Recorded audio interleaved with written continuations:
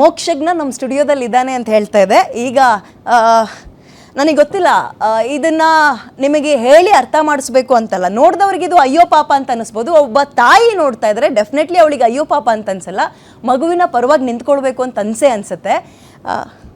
ಕೈ ಅದೇ ತುಂಬ ಆ್ಯಕ್ಟಿವ್ ಆಗಿ ಓಡಾಡೋಕ್ಕಾಗಲ್ಲ, ಅಂದರೆ ಹಿಂಗೆ ಆ ಕಡೆ ಈ ಕಡೆ ಮಾಡೋಕ್ಕಾಗಲ್ಲ ಅವನಿಗೆ. ಮೋಕ್ಷಜ್ಞ, ಅಳು ಬರ್ತಿದ್ಯಾ ನಿಮಗೆ? ಅಮ್ಮ ಬೇಕಾ ನಿಮಗೆ?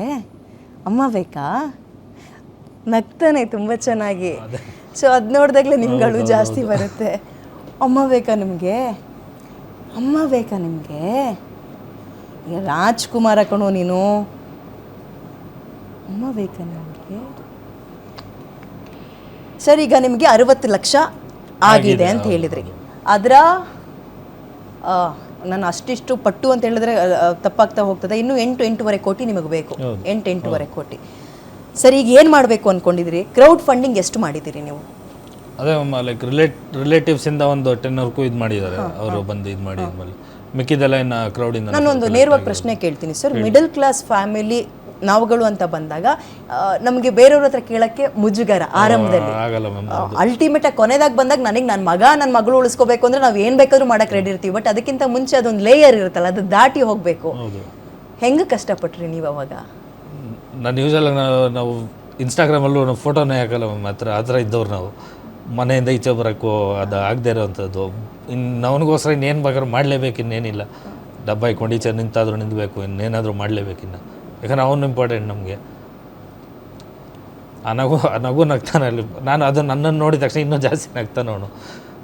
ಇವನು ಸ್ವಲ್ಪ ಅಂದರೆ ಆ ಥರದ ಸಮಸ್ಯೆ ಇದ್ದಾಗ ನಗು ಜಾಸ್ತಿ ಬರುತ್ತಂತ ಮಕ್ಕಳಿಗೆ. ಅಲ್ಲ ತುಂಬಾ ಆಕ್ಟಿವ್, ನಗು ಜಾಸ್ತಿ ಅಂತ.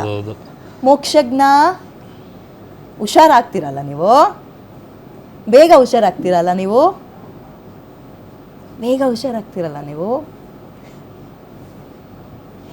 ಆಗತ್ತೆ ಸರ್, ತಲೆ ಕೆಡಿಸ್ಕೋಬೇಡಿ. ನಾನು ಆಂಧ್ರದಲ್ಲಿ ಆಗಿದೆ ಅಂದಮೇಲೆ ಪಕ್ಕದಲ್ಲಿರೋ ಕರ್ನಾಟಕಕ್ಕೆ ಆಗಲ್ಲ ಅನ್ನೋದೇನಿಲ್ಲ. ನಾನು ಹೇಳ್ತಾ ಇದ್ದೆ, 6.5-7 ಕೋಟಿ ಜನ ಇದೀವಿ ನಾವು. 6.5-7 ಕೋಟಿ ಜನನೂ ಫೋನ್ ಪೇ ತೆಗೆದು ಅಥವಾ ಜಿಪೇ ತೆಗೆದು ಅಥವಾ ನನ್ನ ಕೈಲಾಗಿದ್ದ ಹಣನ ಡಬ್ಬಕ್ಕೆ ಹಾಕಬೇಕು ಅಂತ ಏನಿಲ್ಲ. ನೋಡುವ ತಾಯಿ ಹೃದಯ ಏನಿರುತ್ತೆ ಅದರಲ್ಲಿ ಒಂದು 90% ಭಾಗ ತಾಯಿ ಹೃದಯ ಸ್ಪಂದಿಸಿದ್ರು ಸಾಕು.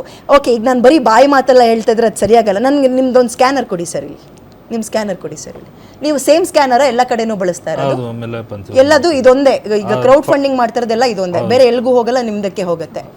ಅಂದ್ರೆ ಮುಂಚೆ ಒಂದು ಅಂಡ್ ಸೋಷಿಯಲ್ ಮೀಡಿಯಾದಲ್ಲಿ ಇವ್ರ ಪರವಾಗಿ ಯಾರು ಧ್ವನಿ ಮೊದಲಿಗೆ ಎತ್ತಿದ್ರಿ, ನಿಮಗೆ ಥ್ಯಾಂಕ್ಸ್ ಹೇಳಿದ್ರೆ ಬಹುಶಃ ಕಡಿಮೆನೇ ಆಗ್ತದೆ ಅದು.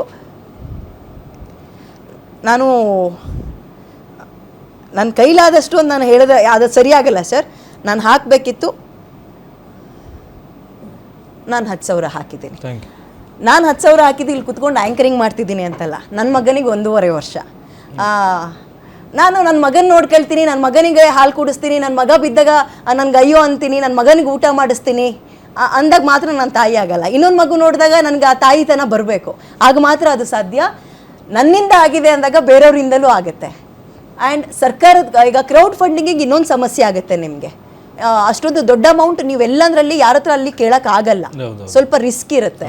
ಅದಕ್ಕೆ ಬೇಕಾಗಿರೋ ಜವಾಬ್ದಾರಿ ಕಮಿಷನರ್ ಹತ್ರ ನೀವು ಒಂದು ಪರ್ಮಿಷನ್ ಲೆಟರ್ ತೊಗೊಳ್ಬೇಕು. ನಾನು ಅದ್ರ ಬಗ್ಗೆ ನಮ್ಮ ರಿಪೋರ್ಟರ್ ಹತ್ರ ಹೇಳಿ ನಾನು ಮಾತನಾಡಿಸೋ ಪರ್ಮಿಷನ್ ಕೊಡಿಸೋ ಕೆಲಸ ನಾನು ಮಾಡ್ತೀನಿ. ಅದನ್ನು ನಮ್ಮ ಚಾನೆಲ್ ಕಡೆಯಿಂದ ನಾವು ಮಾಡಿಸ್ತೀವಿ ಖಂಡಿತವಾಗ್ಲೂ. ಪ್ರಯತ್ನ ಪಟ್ಟಿದ್ವಿ ಕಮಿಷನರ್ ಕಡೆ. ತಲೆ ಕೆಡಿಸ್ಕೋಬೇಡಿ, ಗ್ಯಾರಂಟಿ ನ್ಯೂಸ್ ಕಮಿಷನರ್ ಕಡೆಯಿಂದ ಪರ್ಮಿಷನ್ ಲೆಟರ್ ಕೊಡಿಸೋ ಕೆಲಸ ಮಾಡುತ್ತೆ.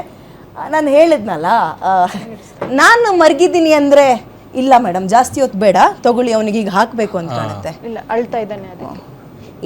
ಹುಷಾರಾಗ್ತೀಯ ಮಗನೇ ನೀನು, ಹುಷಾರಾಗ್ತಿರ್ರಿ ನೀವು, ಬೇಗ ಹುಷಾರಾಗ್ತಿರ್ರಿ ನೀವು. ಅವನು ಮಗನೇ ಹುಷಾರಾಗ್ತಿರ್ರಿ ನೀವು. ಸುಸ್ತಾಗ್ತಿದ್ಯಾ ಮೇಡಮ್? ಮಗುನ ನಾನು ಅಲ್ಲಿ ಪಾಸ್ ಮಾಡ್ತೀನಿ. ಸುಸ್ತಾಗ್ತಿದ್ಯಾ ನಿಮಗೆ?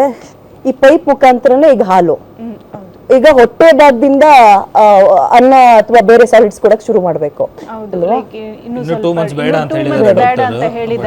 ಆಗಲ್ವಾ ನಮ್ಮ ಕೈಲಿ? ಆಂಧ್ರದಲ್ಲಿ ಒಂದು ಮಗುವಿಗೆ ಹಿಂಗೆ ಬಂದಾಗ ಆ ಮಗುವನ್ನ ಇಡೀ ಆಂಧ್ರ ನಮ್ಮ ಪಾಪು ಅಥವಾ ನಮ್ಮ ಮಗು ಅಂತ ಕಾಪಾಡ್ಕೊಂಡಿದೆ. ನಮ್ಮ ರಾಜ್ಯದಲ್ಲಿ ಒಂದು ಮಗು ಬಂದಿದೆ, ಇದು ನಮಗೆ ಪರೀಕ್ಷೆ. ನಾವು ಇದೀವಾ ಅಥವಾ ಸತ್ತಿದೀವಾ ಅಂತ ತಿಳ್ಕೊಳ್ಳೋ ಪರೀಕ್ಷೆ. ಸರ್ಕಾರನೂ ರೆಸ್ಪಾಂಡ್ ಮಾಡಬೇಕು, ನೀವು ರೆಸ್ಪಾಂಡ್ ಮಾಡಬೇಕು. ಆದಷ್ಟು ಕೆಳಗೆ ನಿಮಗೆ UPI ID ಕೊಡ್ತಾ ಇದ್ದೀವಿ, ಸ್ಕ್ಯಾನರ್ ಕೊಡ್ತಾ ಇದ್ದೀವಿ. ಇದನ್ನು ಕೇಳ್ತಾನೂ ಇಲ್ಲ, ಹೇಳ್ತಾನೂ ಇಲ್ಲ, ನಿಮ್ಮ ಗಮನಕ್ಕೆ ತರ್ತಾ ಇದ್ದೀನಿ. ಉಳಿದಿದ್ದು ನಿಮಗೆ ಬಿಟ್ಟಿದ್ದು.